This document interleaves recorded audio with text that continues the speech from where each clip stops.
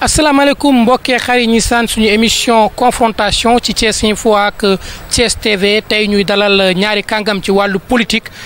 ki nekk sama ndeyjoor di Lamine Sène fare ci parti bu APR bu président Macky Sall ak ki nekk sama càmmoñ di Mahfou Faye nekk tamit responsable politique ci parti Rewmi bu président Idrissa Seck ñi ni mel tey ñoom rek la ñu amal jotaay pour waxtaan ak ñoom ci li nga xamante ne rek moom mooy xew-xew yi mais également ci lépp loo xamante jàpp nañ ni ay jafe-jafe askan wi la tey ñu xool ñoom bi ñu toogee ba léegi est-ce que indi nañ ci saafara waaye ñi fi toog tamit ñoom ñëpp daañu àddu ci li nga xamante ne rek mooy émission confrontation ci Thiès Info ak Thiès TV dañu njëkk a jox kàddu gi Mahfou Faye mu nuyoo ak mbokki xarit ñi seetaan ci Thiès Info. jërëjëf Omar maa ngi lay nuyu di la sant di la gërëm également ci invitation bi di également nuyu suma xarit Mamadou Lamine Sène mi nga xamante ji mooy suma co-débatteur di wax ni c'est un brillant intellectuel quelqu'un avec qui j'ai partagé beaucoup de choses et peut-être après dinañ si ñëw di également féliciter ngir taxawaay bi ngeen am ci biir Thiès ak ci biir Sénégal pour informer juste et vrai parce que mën naa jàpp ni sax mission de salubrité publique la ngeen di dimbali nit ñi pour ñu am information yi donc loolu daal taxawaay bu am maanaa la boo xamante ni nii ñun ñu ngi leen ci sant di leen gërëm di leen remercier. Très bien merci beaucoup donc dañuy jox Mouhamadou Lamine Sène rek moom mu nuyoo ak mbokki xarit ci Thiès Info. Omar fay naa la maa ngi profité ci occasion bi jël kaddu yi comme ni ko mon frère Mahfou Faye waxee léegi d'abord encourager leen ci liggéey bi ngeen di def au niveau de Thiès Info di également yëkkati ay nuyoo di koy teg ci ay loxoom parce que c'est un ami de vieille date on a partagé beaucoup de choses ensemble mais également di nuyu sénégalaises ak sénégalais yi nga xamante ne ñoom ñoo ñuy seetaan rawatina population de Thiès. alors très bien suñu question bu njëkk rek laaj bu njëkk bi day ñëw ci wàllu éducation parce que dañuy jàpp ni ay enseignants ngeen ñi nga xamante ne tey yéen a ngi fii kii mu ngi ci li nga xamante ne mooy les enseignants Rewmi mais yow it yaa ngi ci ay bànqaas ci biir APR tey li nga xamante ne rek mooy njàng mi li ñuy wax ubbi tey jàng tey ñu bëri le ministre dafa taxaw félicité ñu bëri ne li ni mel sotti na ci biir diwaanu Sénégal ñu ngi ci Thiès nag Mahfou li ni mel yow noo koy jàppee. Omar maa ngi lay remercier ci question bi. mais balaa maa ci tontu damay wax d'abord ci benn inquiétude bu ma am parce que léegi sa njalbeenu kàddu da nga wax ni ku mel ni Donald Trump boo demee dans les grandes démocraties médias yi ak réseaux sociaux yi dafa am doole ba daanaka mën nañu wax ni fi lañ jaar pour falu mais tey jii nii y a une menace buy peser sur le droit à l'information des Sénégalais. Parce que y a une loi en gestation pour jéem a restreindre cette liberté-là que Sénégalais yi am pour di mën di bénéficier wu sur les avantages technologiques yi nga xam ne réseaux sociaux am na ko à travers l'internet may wax ni loolu du lu baax parce que Sénégal réewu démocratie la Macky Sall daf fi fekk démocratie su ko dëgërul waru ko nasaxal te jàpp nañu ni également Sénégal ni nga xamante ni noonu la politiciens yi di utiliser réseaux sociaux en fait safaanoowul ak yoon kon bu ñu jógee tey jii bëgg a indi benn loi bëgg ko voter à l'Assemblée nationale pour restreindre liberté bi nga xam ne Sénégalais yi am nañ ko pour user de ce droit à l'information dañuy jaaxal ñuy lancer un appel au président de la République pour que loolu nga xamante nii ñu ngi koy jéem a def pour restreindre les libertés avec les réseaux sociaux ñu bañ ko voter dafay xaw a niroog dictature te loolu baaxul parce que censurer réseaux sociaux yi muy Facebook muy WhatsApp dafay niroog genre dictature et dafay niroog genre xañ sénégalais yi le droit à l'information maintenant par rapport ak école bi nga xamante ni également ñun ay acteurs lañu ci je crois que dañu war a éviter ay slogans parce que ubbi tey jàng tey soo ko xoolee depuis pratiquement l'avènement de Serigne Mbaye Thiam depuis 4 ans ñu ngi koy wax ci Sénégal mais nekkul réalité ça veut dire que donc war nañu jéem a def analyse pour voir naka la ñuy def ba éviter les slogans creux parce que boo nee ubbi tey jàng tey te mettre en place les conditions pour que bu ñu ubbee parents d'élèves yi ak enseignants yi ak élèves yi ak acteurs yi nga xam ne ñoom ñoo seq école ñu mën xëy dem jàngi conditions yooyu boo ko mettre en place waruloo trop insister ci ubbi tey jàng tey parce que day nuroog benn slogan boo xamante nii en fait gëmuñu ko dañ koy wax rek pour animer la galerie pour neexal ouverture des classes yi mais du lu nga xamante ne nii conviction la parce que bu doon conviction da ngay mettre les mesures d'accompagnement pour que ubbi tey jàng tey nekk une réalité parce que boo mënee xool ay écoles yu nekk en inondation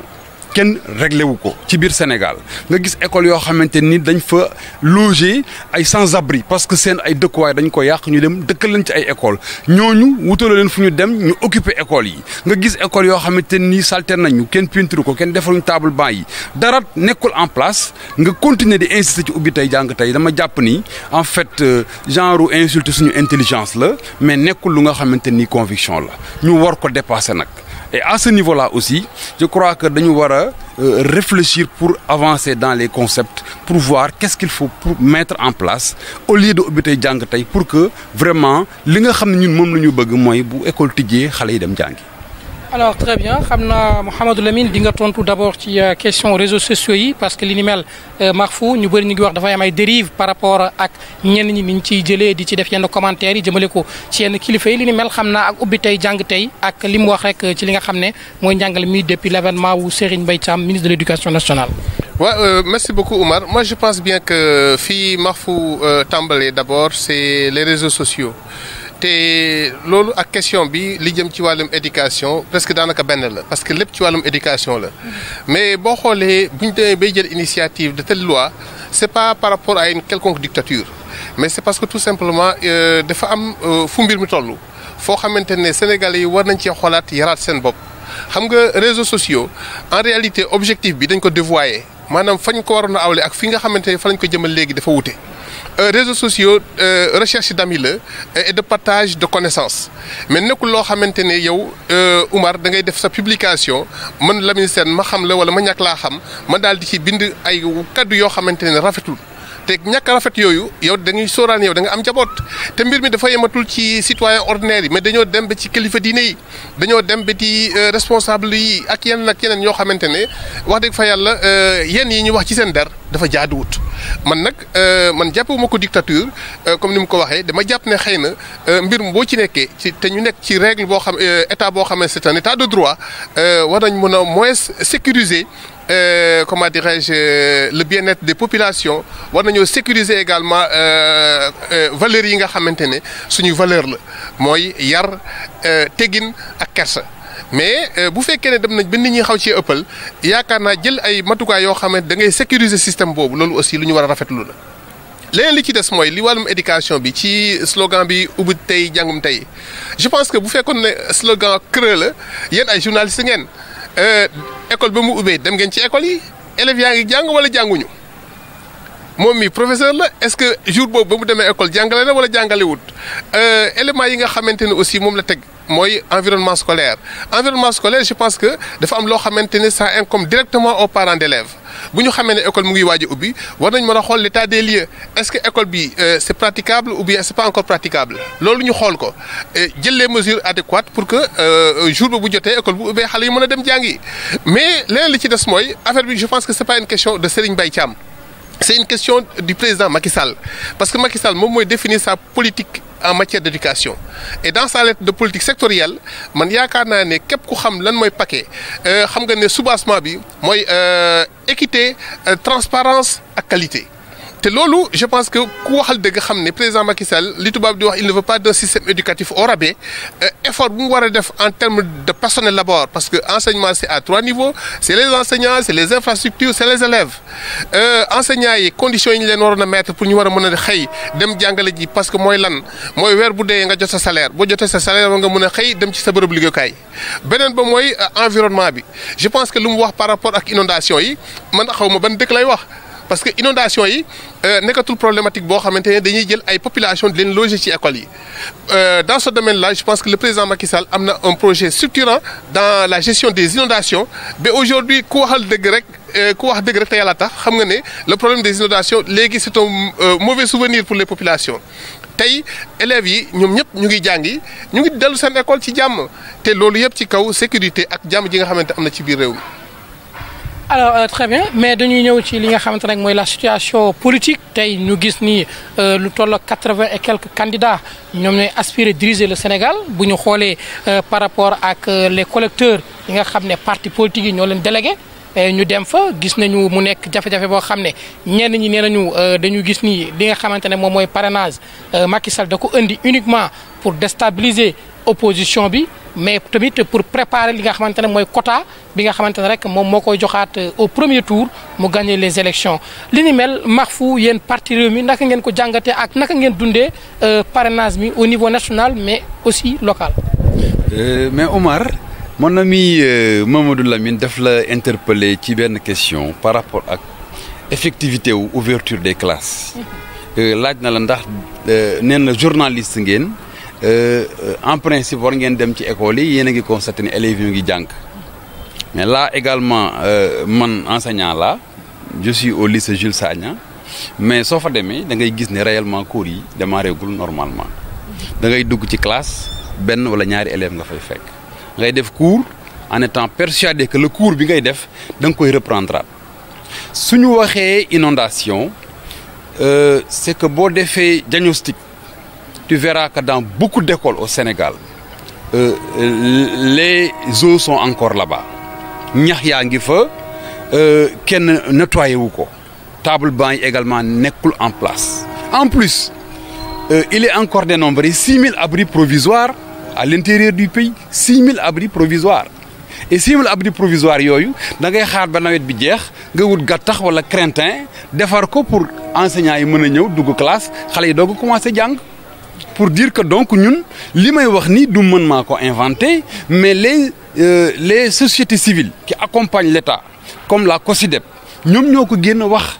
dem nañu ba ñoom ñi nga xam ne ñoom ñoo créé woon le concept ubbi tey jàng tey nee nañu war nañu avancer ci concept bi pour réfléchir sur les conditions d'accompagnement. Donc du loo xamante ni nii ñun ñoo ko. Très bien Mahfou Mamadou lay tontu. xam nga weddi gis bokku ci ñun ñëpp Sénégal lañ nekk. Je pense que effort bu mu def dem lycée Jules Sagna ba école ubbee man ministère de l'éducation laa nekk noonu laa ànd ak délégation yi nga xamante ne au niveau de Dakar fa nga xamante fa la yaakaar ne inondation fa lañ gën a bare ànd ci délégation yi ñu dem xooli li nga xamante ne moo nekk ci terrain bi mais zone yi nga xamante ne fa lañ gënoon a ciblé d'ailleurs fi nga xamante fa lañ gënoon a yaakaar ne boo fa demee inondation am na fa lañ jubal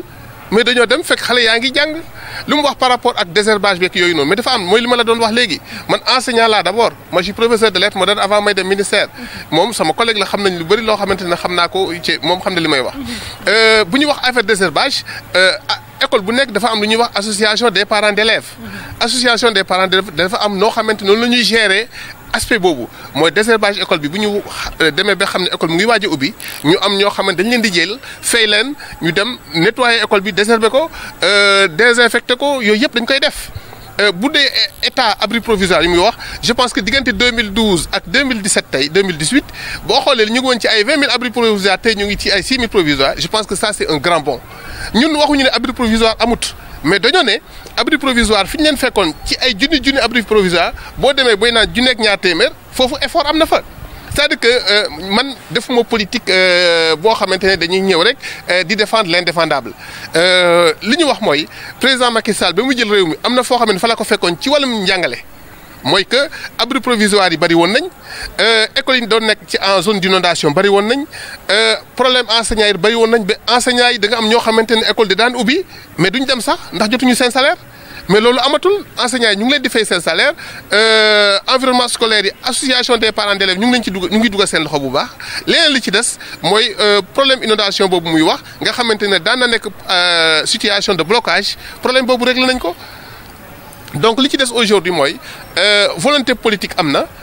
li nga xamante moo nekkoon le cri du cœur du président Macky Sall mooy d'abord la transparence l'équité et la qualité dans le système loolu lépp loo xamante ne mu ngi ko mën mu ngi koy jéem te encore une fois ñu ngi ci profité di féliciter le ministre Serigne Mbaye Thiam ci liggéey bi nga xamante ne mu ngi koy def ndax xam nañ ne mu ngi ci góorgóorlu te école ubbi na ñu ngi ñaan yàlla aussi et là je profite de l'occasion pour lancer un appel à la famille. Parce que le système, c'est une famille. Nous ànd pour l'intérêt exclusive des populations xam ne xale yi nga xamante ne ñoom lañ yor ci classe yi bu ëllëgee ñoom ñooy téye les rênes du pouvoir ñoom ñooy décider de l'orientation de ce pays-là kon jaadu na ñu lancer leen un appel pour une année scolaire paisible parce que yëngu-yëngal gi moom déjà am na ñu commencé di menacer ça j'en parle en tant que membre de la mouvance en tant qu'acteur mais en tant que militant de la mouvance du présidentiel xam naa ne menaces yaa ngi fii menaces syndicales yi loolu yëpp du ñàkk mais j'en profite véritablement pour lancer un appel à mes collègues enseignants ñu xam ne ñun fi ñu jëm c'est pour l'intérêt exclusif des populations donc le président Macky Sall dans sa politique en matière d'éducation lépp lu mënoon ci ay efforts que ce soit de l'élémentaire jusqu'au supérieur parce que aussi éducation bi pour man au-delà de l'éducation qui va jusqu'au il y a également l'enseignement supérieur je pense que le président Macky Sall lu mu def dans le domaine de l'enseignement supérieur aussi lu mot a saluer la au niveau de Thiès par exemple l'université qui était là xamoon nañ ne c'était une université virtuelle que de nom mais aujourd'hui c'est une réalité les locaux sont là les amphis sont là-bas le service administratif mu ngi dox étudiants yi ñu ngi fa loger ñu ngi restaurer ñu ngi dans de bonnes conditions ISEP mu ngi fii ak feneen donc je pense qu'aujourd'hui le président Macky Sall son cri de cœur c'est véritablement que le système éducatif soit relevé te mu ngi ci loolu mu ngi ci góorgóorlu ñun aussi en tant qu'acteur ñu ngi dans la phase d'observation luñ ci gis loo xamante ne war nañu ko alerter dañ ko ci alerter pour mu gën cee góorgóorlu. Alors plus de 20 000 abris provisoires 6 000 en l'instant. Mahfou looy àddu ci loolu. Bref loin de là nous sommes pas des nihilistes c'est-à-dire nekkuñu ay nit ñoo xamante ni nii duñu reconnaître la réalité li nga xam ne def nañ ko gouvernement buñ ko mettre en place c'est pour que mu résoudre préoccupation population yi Macky Sall a déjà fait 7 ans en principe dañu waroon wax éradiquer nañu abri provisoire au Sénégal ce serait ça le bon bilan. Mon ami a parlé des APE association des parents d'élèves mais ku nekk acteur ci système bi xam nga ni association des parents d'élèves ça ne marche pratiquement pas dans 90% des cas ça ne marche pas rares sont les APE des écoles qui fonctionnent normalement loolu ñëpp gis nañ ko loolu moo tax ba à travers le paquet ñu indi le comité de gestion dans toutes les écoles boo dem am na comité de gestion et même comité de gestion yooyu ça ne fonctionne pas normalement je suis membre d'un comité de gestion mais xam nañu ni muy doxee le paquet également c'est quelque chose bu nga xamante ni ñun on constate que en réalité gouffre à argent la parce que l'argent qu'on y met n'est pas géré de façon efficiente au bénéfice des élèves parce que élève mooy la centralité de l'éducation action éducative boo gis dans un gouvernement l'élève doit être au centre mais malheureusement ce qu'on constate mooy que en réalité l'action du paquet est dévoyée c'est-à-dire que li nga xamante ni moom la ci gouvernement bi di def du ko évaluer contrôler ko ba réellement muy dellu ci élèves yi et loolu peut-être xëy na peut-être dinañ ci def évaluation ak analyse bu gën a xóot mais daal li ñu constaté mooy que suñuy wax problème mu désherbage ak problème mu abri provisoire Dakar taxul ñuy wax Thiès ville taxul ñuy wax mais c'est dans le fond à l'intérieur du pays foofu moo am problème en réalité donc c'est autant de problèmes yu nga xamante ni ñu ngi koy gis et les enseignants aussi ils ont le droit quand même d'être inquiets et mon ami l'a dit tout à l'heure il dit qu'il y a des menaces qui ont commencé pourquoi les menaces se signalent c'est parce que le gouvernement de Macky Sall daf ñu habitué au non-respect des accords yu nga xam ne dañu waxoon en 2014 que c'est des accords réalistes et réalisables jusqu'à aujourd'hui certains éléments de ces accords kenn réalisé wu ko donc soo gisee menace di am c'est parce que réellement il y a des problèmes et soo amee problème si état bi la parce que c'est l'état qui ne respecte pas ses engagements. mais est-ce que aussi du li mu nekk aussi une année électorale ñuy gis ñi bëri na ay éléments yoo xam ne day nekk facteur. de tout le temps au Sénégal nii la mus di demee man damay récuser le fait que ñu bëgg a jël année électorale bi bëgg ko utiliser comme argument face aux demandes des Sénégalais c'est normal qu'un travailleur bu demee ba sentir ni moment bi moo propice pour mu mën a poser ay revendications pour que ñi mu jàkkaarloo mën ko déglu pour apporter des solutions ci revendications yi muy def je crois que c'est légitime donc loin s'en faut les enseignants ne sont pas des maîtres chanteurs c'est parce que dañu gis ni y a des problèmes ñu koy poser moo tax et ni mu valable ci enseignants yi noonu la valable ci waa SYTJUST non la valable également au niveau de la santé. Ça veut dire que soo gisee donc partout il y a des problèmes dans tous les secteurs ñu am ay évolution c'est parce que simplement aussi les préoccupations des Sénégalais jëluñu ko en compte comme ni ñu ko war a jëlee en compte. mais Oumar xam nga man maa def exprès tuuti laal un peu cette brèche là mooy yëngu-yëngal yi nga xamante ne ñu ngi koy waajal ci wàllu système bi c'est parce que en réalité li ma ci jublu du pour interpeller Mahfou mais c'est parce que dama war a wax ak sama xarit ak naataangoo jàngalekat yi parce que en réalité c'est vrai on dit état bi dafa respecté wul accord lii ak lii moo tax ñu war a def lii mais en réalité état le gouvernement du président Macky Sall lu mu def en termes d'efforts concernant la promotion des enseignants aujourd'hui il est enseignant et nous sommes tous salariés aussi bien du privé que du public ñëpp xam nañ ne Macky Sall a fait une baisse consistante de l'impôt sur les salaires loolu wàññeeku boobu wàññeeku ci suñu salaire yi en termes d'impôt dafa am noo xam ne loolu lay am influence ci suñu njaboot excusez-moi beneen affaire bi mooy boo xoolee li jëm ci wàllum encadrement je veux dire la promotion sociale de l'enseignant enseignant bi mu ngi doon am une indemnité de 60 000 francs fukki junni ak ñaar Macky Sall ñëw def ko 85 000 loolu yokkute la loo xamante ne ça sera effectif à partir du mois d'octobre kon loolu yu mel noonu ak yeneen li nga xamante ne parfois enseignants yi mooy gën di tax parfois ñuy kaas man fa laa ne mooy les lenteurs administratives te lenteur administrative boobu parfois dañuy jël affaire bi këpp ko ci biir ministère de l'éducation et en réalité affaire bi c'est une chaîne les gens doivent comprendre nit ñi dañoo war a xam carrière enseignant du ministère de l'éducation kese moo koy gérer dossier enseignant par exemple li ñuy wax mise en solde day jógee ministère de l'éducation dem ministère des finances dem ministère de la fonction publique est-ce que nga wax ji kon lenteur yooyu buy am mënul nekk ne par exemple day dugg bureau X rek génn nga ñëw jot sa acte donc circuit boobu muy def parfois loolu mooy indi lenteur yi et les enseignants ils sont très nombreux mais le président Macky Sall avait instruit à ce que ñu def opération coup de poing pour que gars yi accélérer processus bi ñu def le maximum de dossiers ñu mën koo traiter te loolu moom il ne me démentira pas xam na ne il y a véritablement un grand bond en avant am na véritablement yokkute bu gaaw a gaaw ci traitement dossier yu boo xamante ne lu am la kon boo gisee may wax c'est pour tout simplement profiter de l'occasion de votre émission pour lancer un appel aux enseignants ndax far bu waree am man ñoom laay faral parce que fa laa bokk man bu fekkee ne dañ ma ne woon kaay far ak Macky Sall waa kaay far ak enseignants yi man jàngalekat yi laay faral parce que fa laa bokk kon bu ma àndee ak Macky Sall damay ànd ak moom ci kaw li jëm ci wàllum éducation ma dimbale ko ci kaw li nga xamante ne doxul ñu koy wax li nga xam ne moom mooy dox aussi ñu wax ko mu gën cee góorgóorlu yokk ci kon vraiment maa ngi rafetlu effort yi nga xamante état du Sénégal mu ngi koy def maa ngi rafetlu aussi état de compréhension bi nga xamante jàngalekat yi ci lañ nekkoon daaw ba sauver année bi ci lañ nekk war a nekk ren aussi pour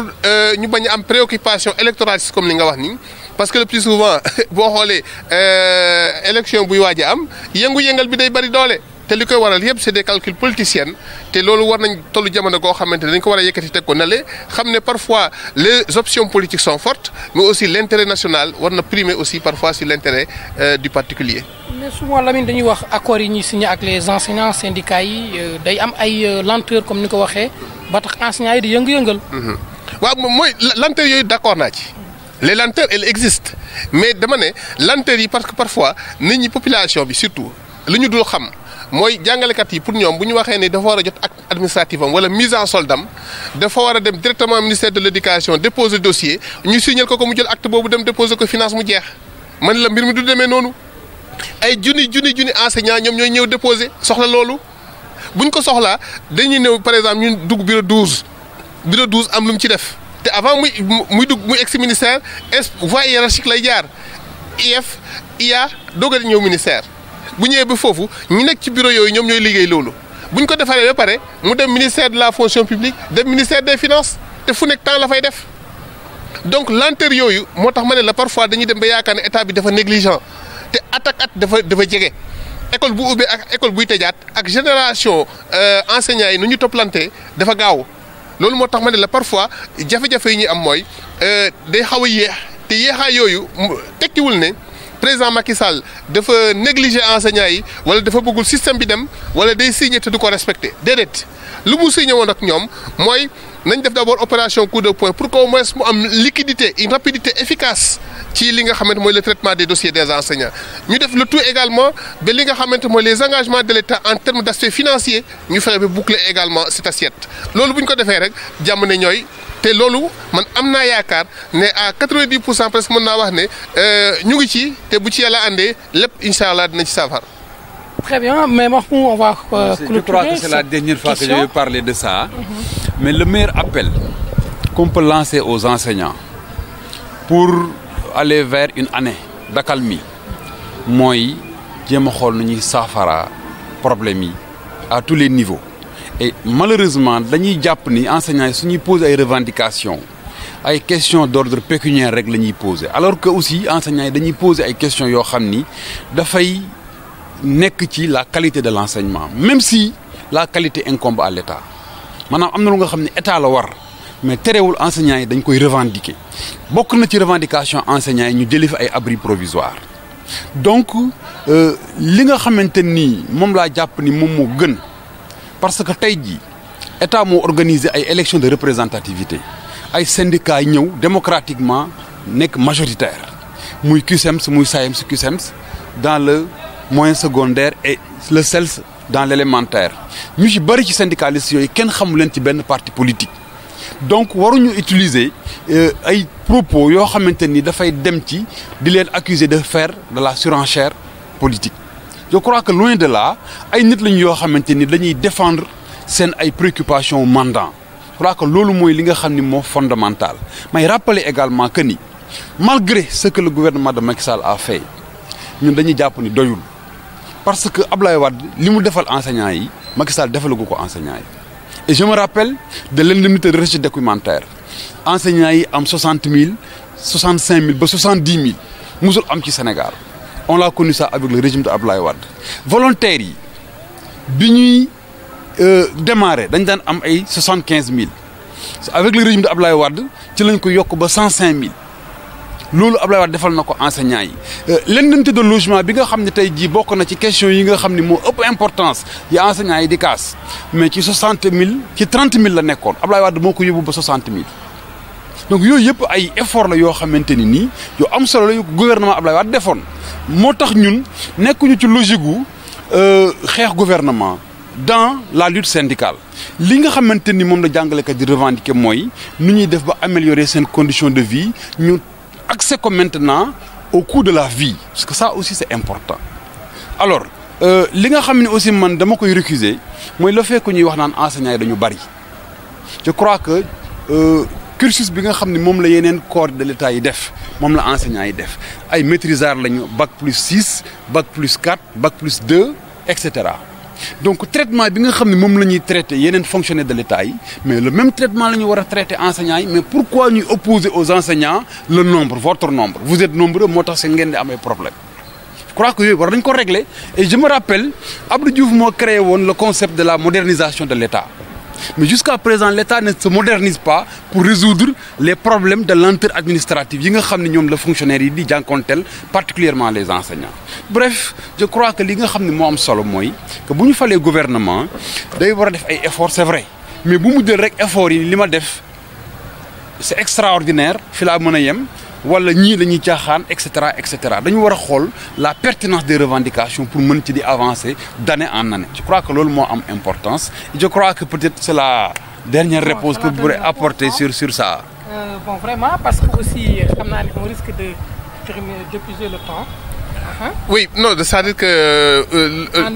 en un mot rek lu mu wax ne président Abdoulaye Wade lu mu fi def président Macky Sall defu ko ci wàllum njàngale man d'abord li ma bëgg a leeral foofu mooy réalisation maanaam jamono bi Macky Sall di def augmentation indemnité de recherche documentaire boobu di koy yóbbu ci 65 000 75 000 et cetera jamono boobu Macky Sall moo nekkoon son premier ministre yaa ngi dégg pour te dire combien de fois il est encore une fois attaché à l'éducation beneen aspect bi mooy ba mu jëlee les rênes du pouvoir en 2012 Macky Sall moom moo ñëw fekk année blanche di waaj a am te boobu Abdoulaye Wade moo nekkoon président de la République Macky Sall ba mu ñëwee en 2012 ñu fal ko mu ne enseignants yi renoncer à cette grève gars yi bàyyi enseignant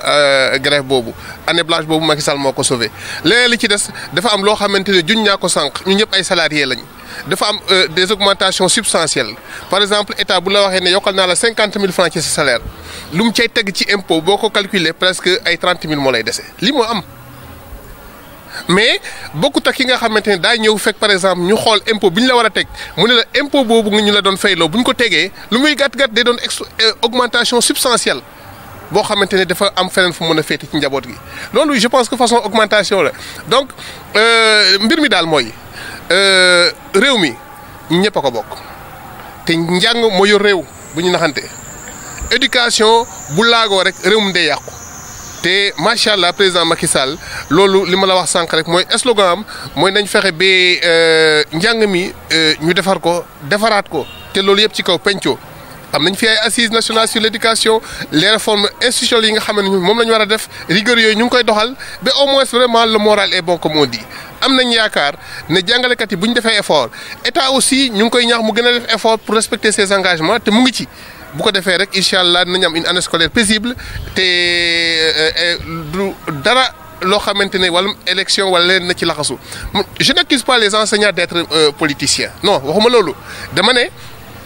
parfois élection buy waaj a egsi c'est pas seulement les enseignants du jàngalekat yi kese secteur yëpp ku nekk da ngay jéem a yëngu-yëngal pour au moins jéem a seet nu mu demee par rapport ak élection yi taxul ma ne ma taxé enseignants yi de n'importe quel nom donc moi je pense bien que war nañoo gën a góorgóorluwaat rek rafetal xam ne mbir mi ñu ñëpp a ko bokk te lu ñëpp bokkoo te yàqoo ci lépp. donc vraiment on va parler un peu tey bu ñuy wax ci wàllu parrainage la ñuy wax parce que tey plus de 80 candidats maanaam 80 délégués yoo xamante ne c'est les partis politiques ñu leen yebal ñu dem pour rek teewal seen i parti seen i candidats yi déclaré rek ni ils sont candidats à la candidature présidentielle de 2019 li ni mel mus ñu koo gis guléet mu am ci biir Sénégal mais également am na yeneen système yoo xam ne imposé wu na diggante 2012 ak diggante 2014 ak 2017 wala 2018 li ni mel ñu bëri ne Macky Sall da ko def rek pour mooy ci nguur gi. merci Omar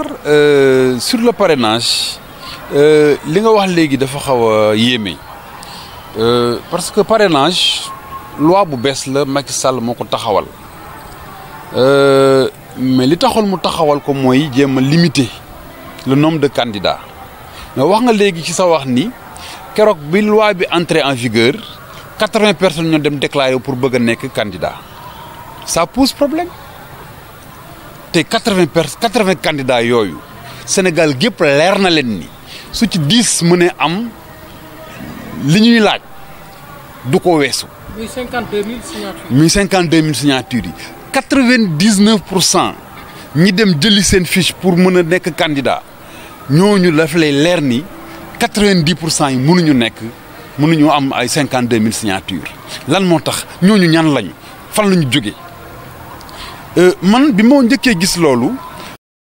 dama bind à travers Facebook ni ça c'est de l'hypocrisie parce que quand même waruñ mën a am une démocratie au Sénégal. nga xam ne nous sommes que 14 millions de personnes ñu war a mën a am 80 candidatures ce n'est pas réaliste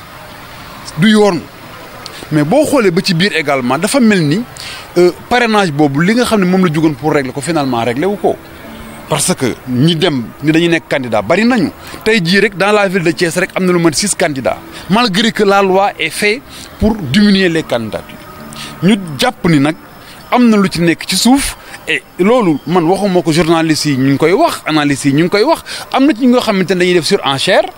pour mën a positionner wu après parce que tey jii nii gis nañu ni en fait depuis un certain temps Sénégal ñu bari dañu bëgg utiliser politique comme métier bëgg a jël les médias utiliser ko déclarer seen candidature pour après ñu dem négocier avec le parti qui est au pouvoir.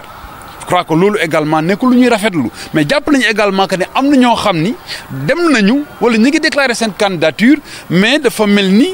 les éléments du pouvoir ñoo leen pousser pour ñu déclarer seen candidature et la preuve keroog bi nga xamante ni déclarer nañ ko ñu ubbi liste yi Macky Sall bi mu génnee lu mu njëkk a wax mooy gis nga leen ñu ngi ni opposition gëmuñu dara parce que dañu doon bañ parrainage bi ñoom ñëpp dem nañu jëli fiche est-ce que yaa ngi gis contradiction bi. ki nga xam ne moom moo inspiré la loi pour que ñu limiter candidature yi bi mu demee ba gis candidat yi bari au lieu que moom mu jaaxal ko daf ci kontaan gis ni opposition bii bañ parrainage kat moom moo dem jëli fiche pour parrainage alors que l'opposition crédible xam nañu ni bu ñu matee 5 wala 6 ñu war a dem pour nekk candidat des candidats sérieux 5 à 6 lay doon. Donc vraiment parrainage bi man vraiment c'est une loi bu nga xamante ni elle est scélérate dafa nekk contre la volonté populaire imposé nañu ko Sénégalais yi te Macky Sall mi ñu ko imposé moom il n'est pas venu par le parrainage certes il est bon d'organiser la démocratie sénégalaise parce que man jàpp naa ni waruñu am plus de 10 candidats aux élections présidentielles mais aussi concertation dafa baax sooy diriger am réew nga am ay administrés am des personnes sérieuses dans ce pays-là am ñoo xam ne dañu am vécu politique ak passé politique nga am opposition bu crédible nga xam leen mu nekk une opposition parlementaire sooy dem ci yenn décisions yi war nga leen mën a concerter au moins te ce que les gens ne comprennent pas à travers le dialogue politique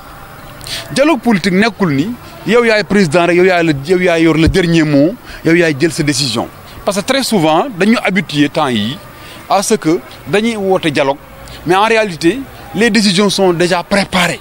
que dialogue bi c'est du saupoudrage dañuy woon nit ñi pour faire valoir mais en réalité le dialogue n'est pas sincère loolu mooy problème bi actuellement moo tax ñu indil ñu parrainage bi mais jàpp nañu ni ñun mën nañu ko transcender en tout cas au niveau de notre parti ñun transcender nañ ko. transcender voilà très bien on va donner Lamine li ni mel ñu bëri dañuy wax ni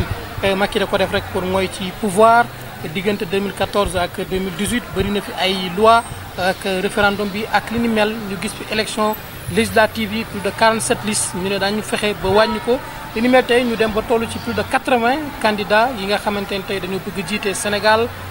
tey seen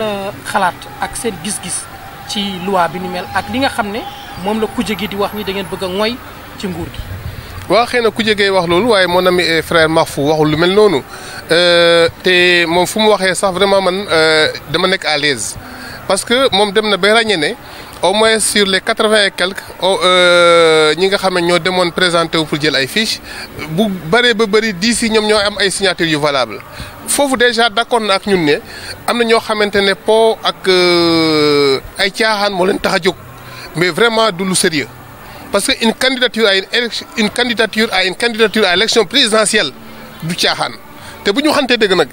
réew mi dafa tollu foo xamante ne bu fekkee ne ku jàng am diplôme ku mës a nekk directeur wala ku mës a nekk ministre élection présidentielle bu jotee nga ne man damay nekk candidat réew mi du dem Sénégal mënut a doxee noonu élection législative yi li fexe woon mais loolu dafa jaaduwut 47 listes loolu du yoon élection yi nu mu war a doxee taux de participation fu mu war a toll dafay gën a yées bu ñu demee nag boo jël expérience ci élection législative yi xool aussi yeneen réew yi nga xam ne ñoom ñoo ñu wër te ñu yaakaar ne bu dee démocratie bu ñor fa la ëppee il faut ñu roy ci ñooñu xam ne Sénégal aussi dafa war a yëkkati niveau de démocratie élection présidentielle ñëw na ñu ne parrainage président Macky Sall woote au dialogue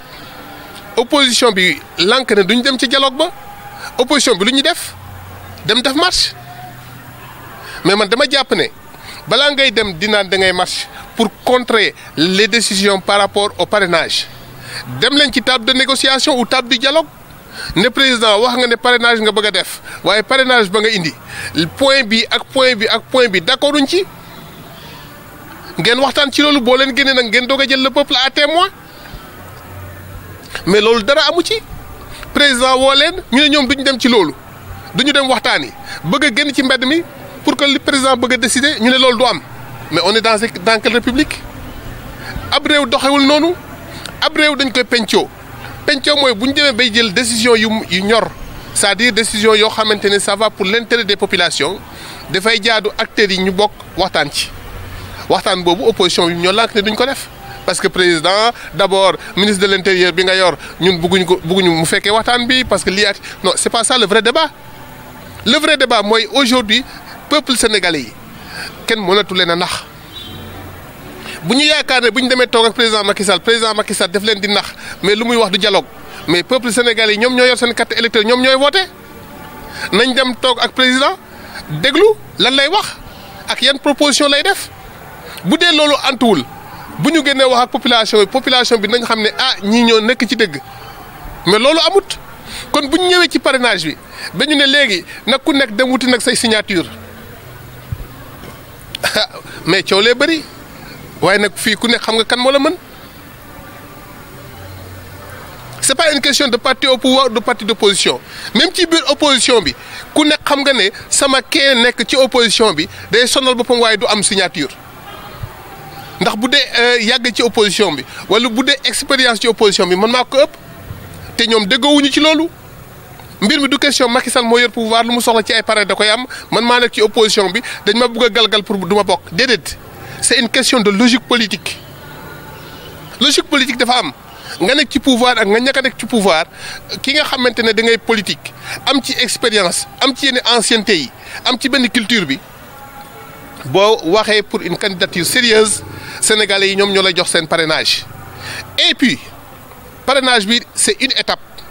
mais l'autre étape c'est l'élection nit ki mën na la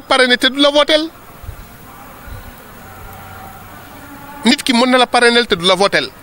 kon problème bi mooy nekkul ne man am naa tant de signature donc sama candidature valable na nga yem ci loolu di nga gis koo xamante ne di nga am 65 000 signatures par exemple mais élection ñëw doo mën a am 50 000 voix 0,01% ngay am loolu am na fi donc liñ ci jublu du question pour am ñu ñuy bloquer ci élection non on est dans une démocratie et c'est le peuple est souverain. Très bien, on va venir directement pour wax rek li nga xamante ne mooy wàllu programme parce que dañuy gis docteur Djibril Sarr keroog ci benn émission mu ngi wax jot na pour que askan wi képp ku taxaw ne da nga bëgg a jiite Sénégal nga tegal nit ñi benn programme boo xam ne au moins nit ñi dinañ ci mën a sukkandiku pour kii la parce que Abdoulaye Wade bi mu ñëwee amoon na plan Oméga bi nga xamante ne dañ ko soppi ak ñoom Thabo Mbeki mu nekk le plan NEPAD muy nekk un partenariat nouveau pour le développement de l'Afrique muy NEPAD. bon ñu ñëw ci Macky Sall amoon na fi yoonu yokkute bi nga xamante ne moom la tegoon mu convaincre ñu bëri ba ñu jox ko 30 et quelques % ci électorat bi ci 2012 moo tax mu jàll au premier tour tey bi ñu génnee programme yoonu yokkute boobu moo soppeeku nekk le plan Sénégal émergent mu mel ni tey plan Sénégal émergent ñu ngi vanté ay éloges muy pouvoir wala boog opposition bi ñoom ñu ngi koy xalab parce que nee ñu gis nañ liñ ci def sottiwul wala boog ab vision la boo xamante rek lépp ci slogan la tënku li ni mel dañuy bàyyi d'abord Mahfou nga développé ci plan Sénégal émergent par rapport ak programme yi ñu bëri ne c'est un programme ambitieux ba am sax ay Thiessois yoo xam ne daw nañu fàkk créer ay mouvement dañu jàppale Macky Sall ndaxte gis nañ ni le PSE ñëw na à un moment boo xamante ne c'est à un point nommé. Très rapidement Omar. dama bëggoon a waxaat tuuti ci parrainage bi pour dire que du loi bu consolidante parce que dañu sukkandiku ci élection législative yi ak 47 listes yi amoon pour appuyer ci argumenter pour wax ni dañu war a def parrainage mais li nga xam ni moom mooy li am li nga xam moom la Sénégalais yëpp constaté mooy que bari na ci 47 listes yoo xam ne Macky Sall ci boppam moo leen parrainé woon jox leen xaalis jàppale leen. man personnellement am naa ci un ami Thiessois bu dëkk fii Thiès bu nga xamante ni nii moom reconnaître na ni moom Macky Sall moo ko jàppale woon. dem naa mais parti la yor évidemment. ban parti la yor je ne voudrais pas peut-être être trop truc mais je te dis que même pour mu campagne sax da doon woo waa APR di leen demander ay moyens pour campagne. et li nga xamante ni moom la Serigne Mbacké Ndiaye wax Pape Samba Mboup wax ko ak Clédor Sène loolu Sénégal yëpp gis nañ ko. alors li nga xamante ni moom laay jàpp ni parrainage bi du loi bu consolidante mooy Macky Sall n'est pas venu par le parrainage dañuy dem élection normale on n'en disconvient pas mais li nga xamante ni moom moo ci metti rek mooy que li ñu constaté au Sénégal mooy que chaque fois que ñu touché le code électoral dafa war a nekk loo xam ne c'est consensuel mais amul et depuis 92 on nous a habitués à des réformes consensuelles sur le processus électoral loolu amul et le ministre de l'intérieur Aly Ngouille Ndiaye soo gisee ñun ñu récuser ko mais c'est parce que moom moo wane li tax ñu war ko récuser parce que un ministre bu woote taxaw wax ni dinaa def tous les moyens pour que mon candidat passe kooku ku ko dégg di nga xam ni kat kii nekkul ci dynamique consensus nekkul également ci dynamique organiser des élections transparentes. Nous avons raison d'avoir des craintes. Est-ce que lors de répétition, ministre de l'Intérieur, Macky Sall n'est qu'un ministre de l'Intérieur, en 2007, dem campagne, gagné? De tout le temps, l'opposition a toujours contesté, depuis le temps d'Abdou Diouf, le fait que quelqu'un qui est politiquement engagé, mu nekk le ministre de l'Intérieur organise ay élections. Et loolu yow ci sa bopp xam nga ni au moins quand Abdoulaye Wade était là, il avait chargé un ministre délégué, il avait nommé un ministre délégué chargé des élections. Donc vraiment sous ce rapport-là, ñun dañuy gis ni parrainage bi en fait li ko lal moo posé problème. Le principe n'est pas mauvais en soi, mais il n'y a pas eu de concertation et malheureusement aussi dafay dévoyer le vote des Sénégalais. Parce que man en tout cas en ce qui me concerne, ku ma parrainé c'est parce que kooku laa jël décision woteel la te loolu mooy dëgg il faut qu'on se dise la vérité. Très bien. Donc bu fekkente ni à travers le parrainage dañuy xam potentiellement kan mooy woteel kan c'est une manière de connaître déjà les résultats des élections moo tax ñun vraiment ñu récuser ci vraiment lu bari ci parrainage bi. Donc pour vous c'est un sondage? Non, c'est un sondage, c'est à la limite des primaires. À la limite c'est des primaires. Des primaires. Alors très bien xam naa ni bon est-ce qu'on va pas clore pour le parrainage ñu wax tuuti ci wàllu programme bi le PSE tey programme yi fi jaar yëpp Mahfou. waaw sur le plan Sénégal émergent je crois que aussi loolu spécialistes yi sénégalais yëpp waxtaan nañ ci et d'ailleurs boo xoolee dafay xaw a nuroog sax du plagiat parce que d'abord c'est les techniciens les technocrates du Sénégal qui ont développé des réflexions à la base pour produire le socle du plan Sénégal émergent parce que Macky Sall daawul wax plan Sénégal émergent c'est nouveau Macky Sall son programme c'est le yoonu yokkute loolu ñëpp xam nañ ko mais quand il est arrivé au pouvoir gis na ni le yoonu yokkute n'est pas opérationnel il a fait une commande d'abord auprès des techniciens sénégalais au niveau des ministères les gens ont produit ci la doog a faire appel à un cabinet bu ñu fay presque plus de 2 milliards de francs pour mu xalaatal ñu ñun suñu développement ça pose problème alors dans les faits plan Sénégal émergent lan la indil Sénégal généralement dañ lay wax PUMA dañ lay wax PUDC dañ lay wax CMU dañ lay wax yooyu lañ lay wax ak bourse sociale les infrastructures c'est le PUDC mais demal dans le Sénégal des profondeurs c'est comme une goutte d'eau dans la mer et malheureusement pour le PUDC mais dañu transgresser les normes d'attribution des marchés au Sénégal au niveau de la DCMP principe ak norme yi nga xamante ni moom la ñu teg pour que mu am un contrôle régulier et soutenu dans l'octroi des marchés publics dañ ko écraser. ba pare ñu jël PUDC jox ko pour mu gérer ko. parce que pour Macky Sall tout est dans l'urgence dañ koy gis dans la réforme du code électoral dans la réforme de la loi sur le parrainage tout est urgence dañ ko gis également ci PUDC bi parce que dañu jël un projet aussi important qui concerne des Sénégalais pour des centaines de milliards ñu jël prune pour jox leen ko ñu piloter ko parce que simplement ils veulent aller très vite mais boo demee dans le Sénégal des profondeurs mais il y a beaucoup de populations yoo xam ne gis ñu PUDC dégguñu ko c'est comme si dans le passé on disait à Abdou Diouf monsieur forage madame Moulin c'est des forages qui étaient installés par-ci et par-là mais ça ne couvrait pas totalement les besoins des Sénégalais mais communication bi ñu ciy def ñoom c'est comme si les problèmes des Sénégalais sont presque réglés. Très bien, on va passer la parole à ton co-débatteur, Lamine. Non, tu sais, Omar. Le PSE. Omar, vraiment une seule phrase. Ben cadre rek ci parrainage bi. Tu sais parrainage bi bañ koy lancer man def ma xaw a jox tuuti jamono Abdou Diouf ba muy naan jàkka jaa ngi ni ku bëgg a nodal. Avec le multipartisme intégral. C'est-à-dire que dañoo ne ku ne bëgg naa ne candidat Macky ne leen acca terrain baa ngi noonu. waaye ku ne balaa ngay nekk candidat indil lii léegi bu ko defee rek coow li jeex maintenant li jëm ci wàllu PSE moi je pense bien que le plan Sénégal émergent c'est une stratégie de développement économique et social stratégie de développement économique et social c'est un processus ku wax développement xam ne du loo xamante ne day xëy rek sotti c'est un processus léegi li ci des yoonu yokkute du président Macky Sall du loo xam ne dañ ko changé comme moom ni mu ko waxee changé wu ñu yoonu yokkute pour indi plan Sénégal émergent boo demee dans le yoonu yokkute lépp lu ñu fa wax boo demee ci PSE fekk ko fa. Le président Macky Sall il est très constant dans sa démarche lu mu wax dans le yoonu yokkute en termes d'éducation boo demee dans le PSE loolu nga fay fekk de façon beaucoup plus expansive boo demee dans le domaine économique nga demee dans le domaine agricole c'est la même chose kon ñun dañoo jàpp ne le président Macky Sall dafa yaatal xalaatam pour que au moins ça soit beaucoup plus large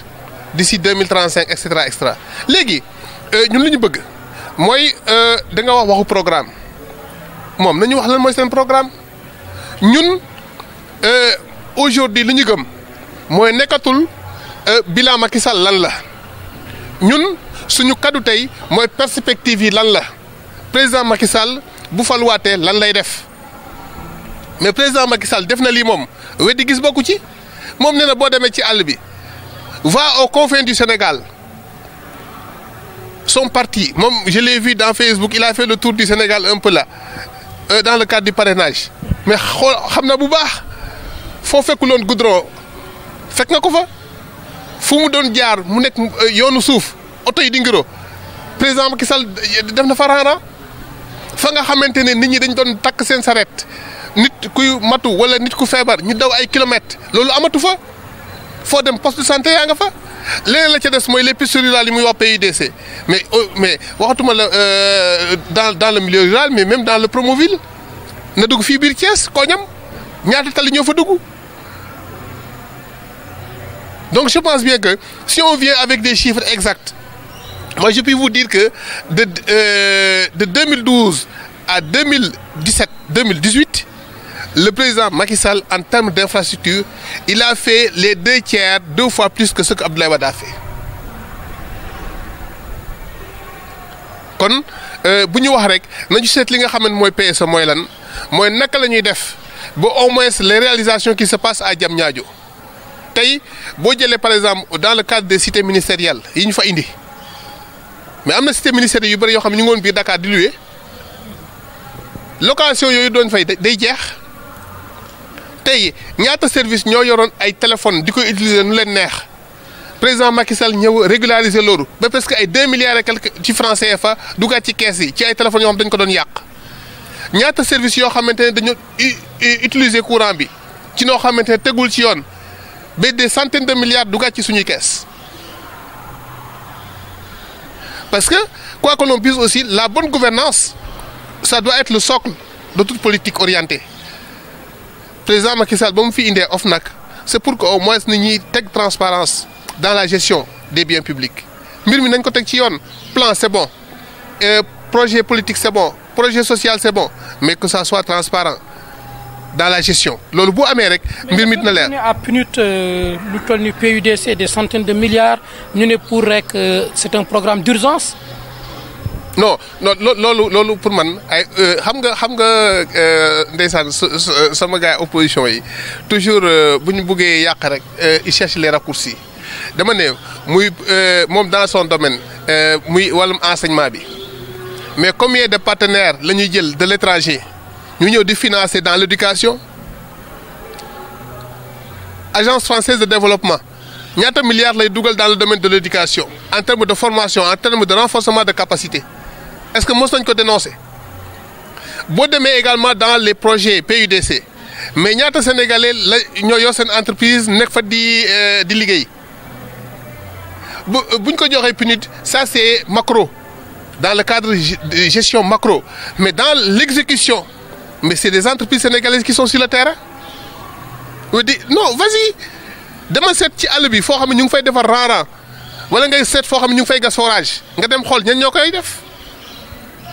c'est ça la vérité donc problème bi bu ñu lëndëmal xelum sénégalais yi xam nañ ne président Macky Sall lu mu soxla en termes d'infrastructure ñu ngi ko koy defal mooy lan mooy injustice sociale bi nga xamante ne moo amoon inéquité sociale mooy nitu taax ak nitu kaw loolu dañ na fi boo demee tey Fandène gii goudron nga fa courant nga fa ndox maa ngi wala mbaan école yaa nga fa amul leen loo xam ne mën nga ko fekk Thiès gi te doo ko fekk commune Fandène donc PUDC je dirais même pas PUDC mais le plan Sénégal émergent li ci président gën a jublu mooy réduire les inégalités sociales. Il a dit la couverture maladie universelle mais qu'est-ce qu'il y a de rien de plus merveilleux que ça? Les enfants de 0 à 5 ans boo feebaree dem hôpital faju te doo fay. bu la neexee nga dem dans les mutuelles de santé là nga abonné nga adhéré je veux dire. Très bien Lamine temps bi jeex na takk dañuy jox rek le dernier mot de Mahfou après ce débat fructueux vraiment gis nañ ni mu développé ngeen ñu bëgg rek Mahfou nga wax ñu say kàddu yu mujj parce que temps bi. c'est un peu dommage. C'est un peu dommage parce que effectivement j'ai fait le tour du Sénégal. J'ai été jusqu'à Kidira jusqu'à Kédougou. Malheureusement ñoom xamaguñu lan mooy PUDC. soo demee tey ci yoonu Kidira bi oto yi les citernes là dañuy daanu ndax tali yu bon te li ma lay wax nii dama la koy ñaan boo jógee na nga ko vérifier de Tamba à Kidira de Tamba à Kédougou camions yi dañuy daanu amul tali bu baax gisuñu PUDC ñooñu et malheureusement Macky Sall dafa am problème mu priorité parce que les 1200 milliards yi mu investir ci terre bi au moment où des Sénégalais ont des problèmes jusqu'à aujourd'hui il y a des localités boo fa demee doo faju des gens continuent ñu ngi continuer di utiliser ay saret di takk saret pour ay jigéen yu war a wasin di leen ci yóbbu ci hôpitaux yi c'est dommage il a un problème de priorité li ñuy wax fii ci Diamniadio gouffre à milliards la et man maa la ko wax d'ici 2019 dara du fa taxaw man maa la ko wax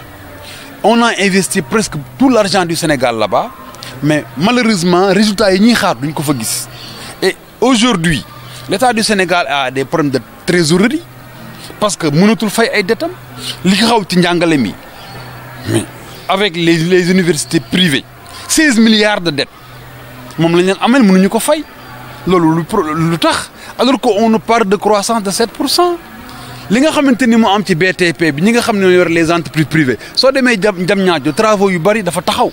parce que l'État doit 78 milliards aux entreprises privées. Très bien. On va donner Lamine pour parler un peu des chemins de fer du Sénégal mais également fay nañu les déflatés yi nga xam ne ñoo nekkoon cheminots yi 376 yi nga xam ne c'est un remboursement IPRES 510 millions yoo xam ne Macky Sall moo ko def Mahfou. C'est bien. Les cheminots nee nañ depuis 15 ans ñu ngi ci topp di daw. li ni mel Lamine loo ciy àddu. Oui non c'est que lu mu wax ne waa àll bi xamuñu vraiment PUDC moom là aussi mën ma ñàkk a waxaat ci loolu ndax xam naa ne lii waa Tambacounda waa Dialokoto bu ñu ko déggee dem Medina Gounass ñi nga xamante ne non ñoo koy tontu parce que man dem naa fa te gis naa yoon nu mu mel. Voilà donc moom gis na la route Tambacounda Dialokoto. moom xam na waaw mais non xam nga non waaw mais Mahfou xam nga moom non mais dama ne xam nga déjà moom waaw mais yaa ngi bëgg a nangu tuuti parce que déjà xam nga da nga ne woon dara néew fa kon ba ma demee ba tudd ne Tambacounda Dialokoto yoon am na fa te la fa ne woon yaam xam nga ko boo demee nga ne fa la yeb rek ba tey baax na mais l'essentiel est que ñooñu xam nañ ko te boo demee ba ci Medina Gounass ak feneen donc je pense bien que bref PUDC c'est une réalité maintenant pour venir au chemin de fer boo gisee ma ne jaadu woon nañu waxtaan ci tuuti c'est pour au moins remercier et féliciter le président Macky Sall pour véritablement effort bi nga xamante ne def na ko à l'endroit des chemins de fer parce que chemin de fer ñëpp xam nañ ne ñoom ñii ñoo ko jaayoon ñëw nañu ba racheter chemin de fer racheter ICS NSS mu ngi nii defoon na 13 ans dafa tëjoon ubbiwaat na donc loolu yëpp ci sant yàlla la bokk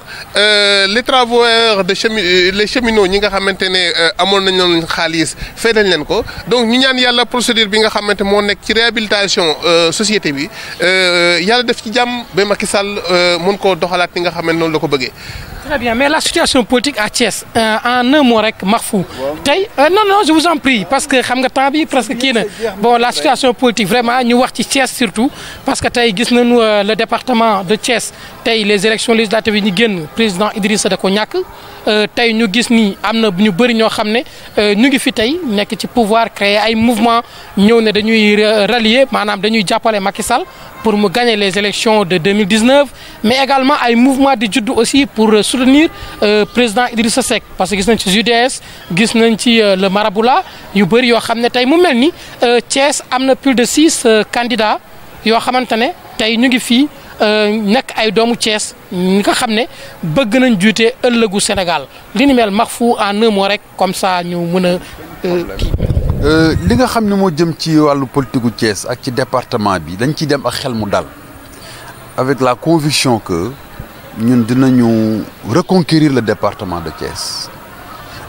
te dañ ko teg ci liggéey teg ko ci stratégie parce que xam nañu ni élection législative ak élection présidentielle du benn te Idrissa Seck doomu département bi la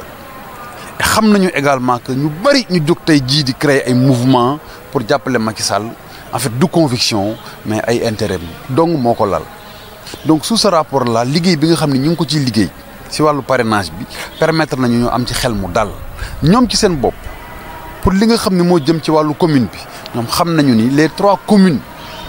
de la ville de Thiès vont rester Rewmi et nous allons aller à la reconquête du département je crois que loolu amuñu ci problème mais affaire chemin de fer il faut moo wax ci tuuti li ma ci bëgg a wax mooy en réalité chemin de fer c'est sous le régime de Abdou Diouf lañ ko liquider ka fa nekkoon DG tey jii moo nekk Thiès di jàppale APR bi Ablaye Wade ñëwee ànd na moom jàppale ko te dañu wax ne waa kër Ablaye Wade ñoo ko tëjoon Tanor Dieng moo ñëw fii promona fii ci place de France daal ni directeur bi li ngay def Abdou Diouf kontaan na ci directeur des chemins de fer di def lu ko neex au vu et au sud de tout le monde ñu bàyyi ko mu def ko bii alternance di am chemin de fer boobu nërmeelu na loolu ku ne xam na ko ba waa Banque mondiale avant même alternance di am ñoom ñoo ñëwoon pour superviser les chemins de fer li nga xam ne moom laa wax sànq muy problème mu priorité bu fekkoonte ni chemin de fer ñor na Macky Sall conseil yi mu am yëpp wax ko ni ko na taxaw pour chemin de fer baaxaat su investiroon 300 à 400 milliards ci chemin de fer bi mu fonctionner laat tey jii à travers tous les réseaux sociaux li ngay dégg mooy un màggal sans train pour la première fois dans l'histoire du màggal màggalu ren bii mooy màggal boo xam ne saxaar du départ Dakar jëm Touba loolu dëppoowul ak ku gëm chemin de fer su gëmoon chemin de fer 1200 milliards yi mu def ci terre bi pour 50 kilomètres dina jéem a jël au moins le quart mu def ko ci chemin de fer bi ñu réhabiliter l'express le chemin de fer Dakar Bamako. Très bien Lamine. non je pense bien que ñoom xam nañ lan moo tax mosuñoo gagné Balabé bañ bëggee jël Balabé def ko leneen lu dul dëkkuwaay loolu fii la ñu fekk mais bref li gën a am solo mooy chemin de fer li gën a am solo président Macky Sall tey ñoom jaayoon nañ ko jëndaat nañ ko ba mu nekk suñu moomeel mu ngi def ay effort ba liggéeykat yi nga xam ne ñoom ñoo fa nekk malgré toutes les conditions comment dirais-je en termes de rentabilité de la société État du Sénégal mu ngi leen di fay seen salaire parfois avec du retard mais ñu ngi jot li nga xam ne moom la ñu war a am li nga xam ne ñooy deflaate ñi nga xamante ne ñoo amoon ay réclamations ak leen État du Sénégal mu ngi cee def effort bref li nga xamante ne mooy li am solo mooy Sénégal fu mu toll nii tey soxla na une continuité mooy lan président Macky Sall ñun bëgg nañ ko falaat ndax li nga xamante ne moom la nas ci biir plan Sénégal émergent ñu mën ko réaliser pour qu'au moins la jeunesse d'aujourd'hui et de demain puisse s'en réjouir li nga xamante mooy li am solo mooy parrainage bi au niveau de Benno Bokk Yaakaar ñu ngi sant yàlla dans l'ensemble